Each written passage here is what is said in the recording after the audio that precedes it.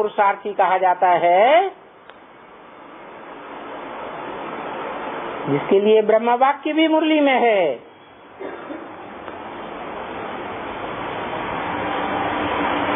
शिव बाबा है पुरुषार्थी, शिव बाबा है पुरुषार्थ कराने वाला। क्या क्या क्या है? पुरुषार्थी भी वही है और पुरुषार्थ कराने वाला भी वही शिव बाबा है। पहले कराने वाला है या खुद करने वाला है? हैं? पहले तो खुद करता होगा ना।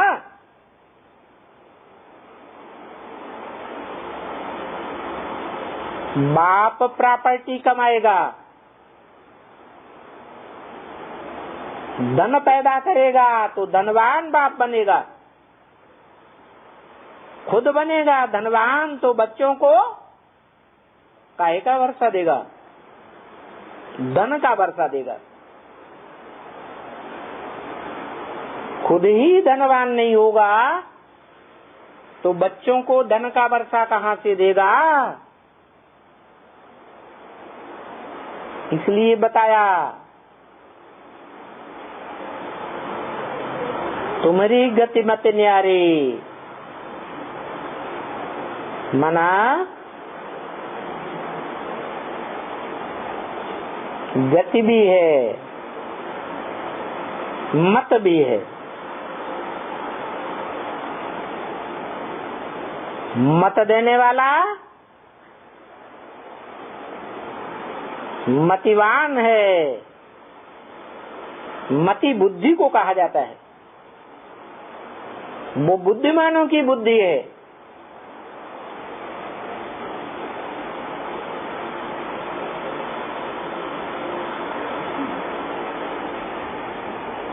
वो गतिशील बनाने का रास्ता बताता है।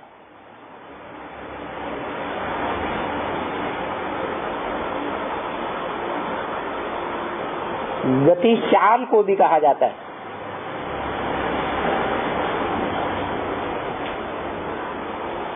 पुरुषार्थ करने वालों की भी चाल होती है।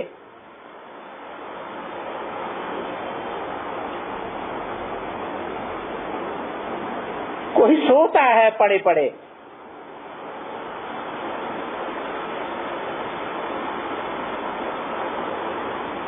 कहेंगे अज्ञान नींद में सो रहा है, पड़ा है। कोई उठ के बैठ जाता है,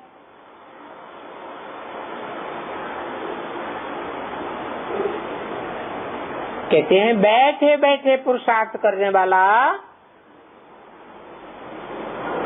वो तो निष्क्रिय हो गया।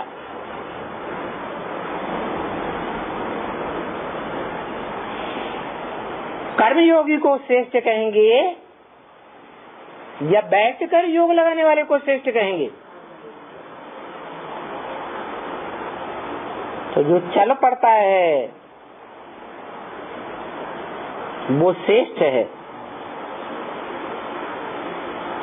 कर्मेंद्रियों से कर्म भी करे और मन बुद्धि से याद भी करे।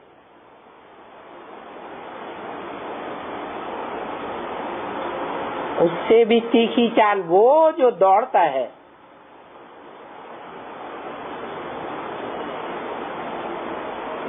उससे भी तीखा उसे कहा जाता है जो दौड़ते दौड़ते ऐसे लगे जैसे उड़ रहा हो।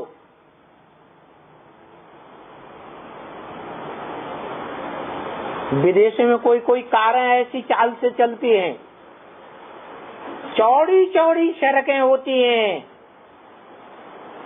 और बड़ी स्पीड से कार को छोड़ देते हैं। दूर से देखने वाले को जैसे लगता है कार उड़ रही है, तो उसे उड़ती चाल कहा जाता है।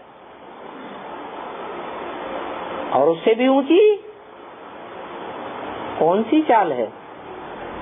हाई जंप लगाना। तो बताया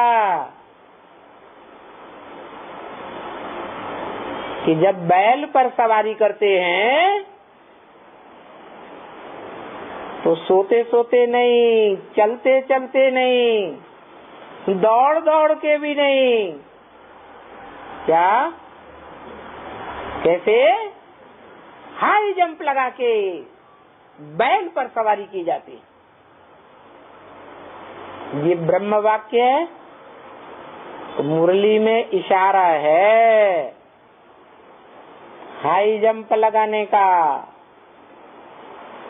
और ऐसी हाई जंप लगाने वाला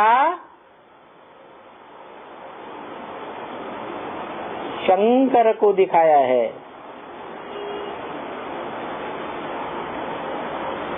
कि जब तक शंकर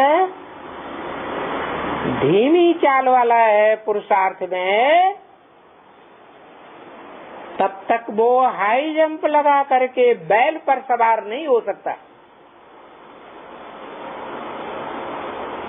और जब हाई जंप लगाता है तो बैल पर सवार हो जाता है। अर्थात जब तक बैल पर सवार नहीं है तो बैल उस पर सवार है। और बैल किसे कहा जाता है? यादगार शिव के मंदिर में बैल भी दिखाते हैं।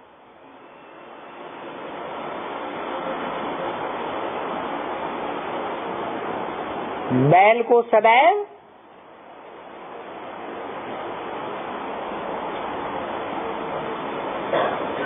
शिवलिंग जिस जलाधारी में रखा रहता है, उस जलाधारी के सामने नाली के सामने रखा हुआ दिखाते हैं।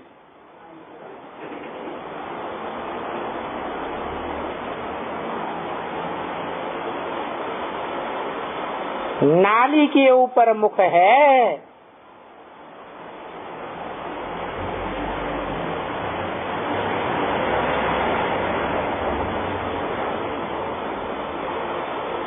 शिव बाप ब्रह्म वाक्य में हमें इशारा देते हैं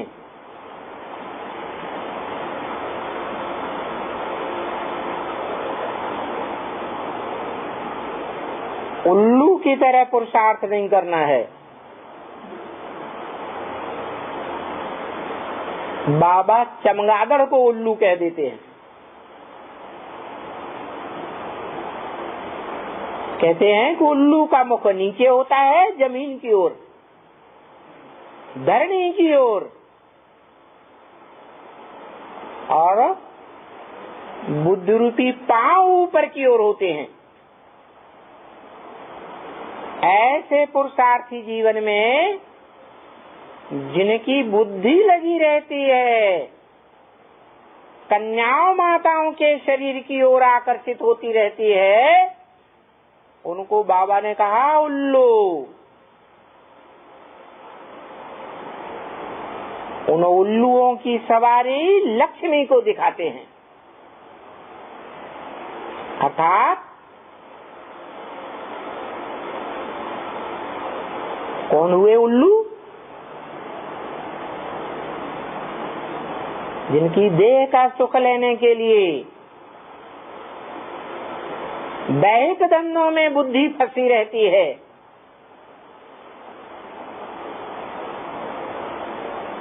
बुद्धि माने सर। वो उल्लू हैं आज की दुनिया के।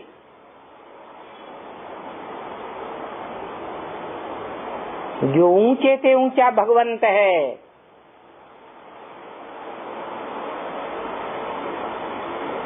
उसको जानने की और उनकी बुद्धि लगती ही नहीं।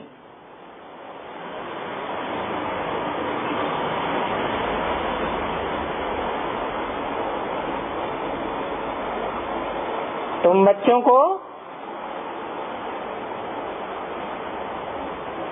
बाप ने